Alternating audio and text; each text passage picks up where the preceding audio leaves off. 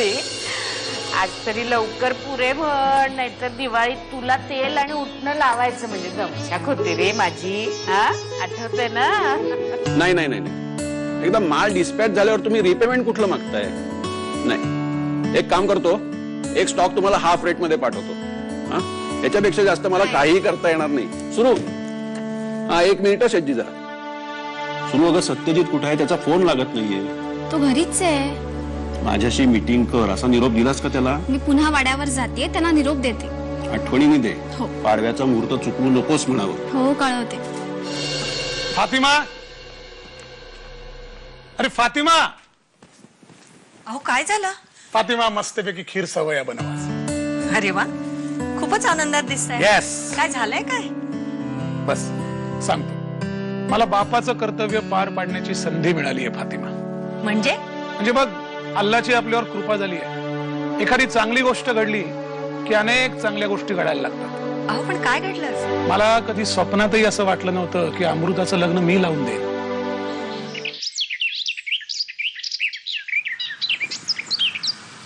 Hello, doctor Hershey का?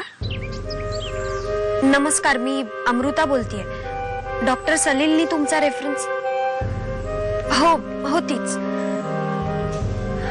Sorry, extremely sorry. Actually मी माझ्या family problems मध्ये एवढी अडकले होते म्हणून तुम्हाला संपर्क करू शकले नाही.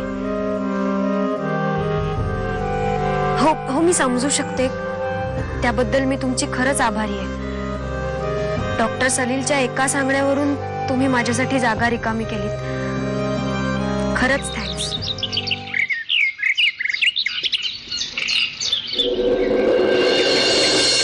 सुरुची. काका नमस्कार. कसे आहात? मी बरा आहे. तू कशी आहेस? बरी आहे. सत्यजित कुठे? सत्यजित त्याच्या खोलीत आहे. काही काम होतं का त्याच्याकडे? नाही, विशेष काही नाही. बाबांचा निरोप द्यायचा होता आणि त्याला भेटायचं सुद्धा होतं. त्याचा फोनच लागत नाहीये 2 दिवसापासून. कसा लागणार? गेल्या 2 दिवसात काय घडलंय तुला सगळं माहितीये.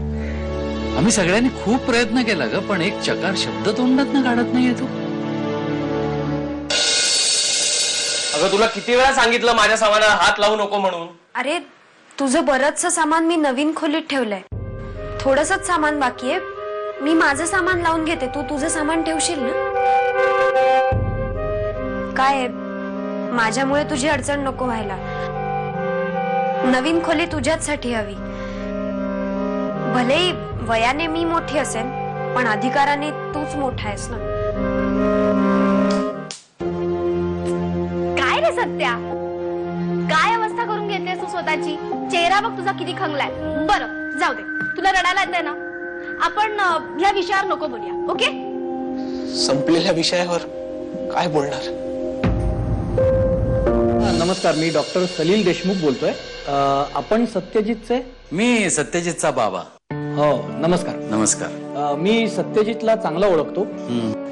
सत्यजित माझ्या चांगला ओळखीचा आहे. त्याच्याशी जरा महत्वाचं बोलायचं होतं. सॉरी डॉक्टर, त्याची तब्येत चांगली नाहीये. हा, तरीच मी त्याचा मोबाईल ट्राय करत होतो, पण तो लागत नव्हता. शेवटी कॉन्फरन्स मध्ये भरलेल्या फॉर्मवर त्याचा घरचा नंबर मिळाला म्हणून फोन केला. बरं, त्याची काळजी घे. त्याला ना एक मस्त पैकी मुस्काटात दे. खरंच दे ना. गप्पा बस, झालाय चावटपणा. चल, तुला हव्या असलेल्या सगळ्या गोष्टी तुला मिळतील. त्या तुझ्यापासून कधीही दूर जाणार नाही. तू नेहमी काहीतरी मिळवशील, कधीच गमावणार नाहीस. कारण मी तुला काही गमावू देणारच नाही.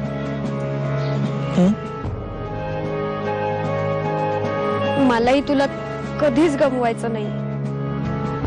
मलाही.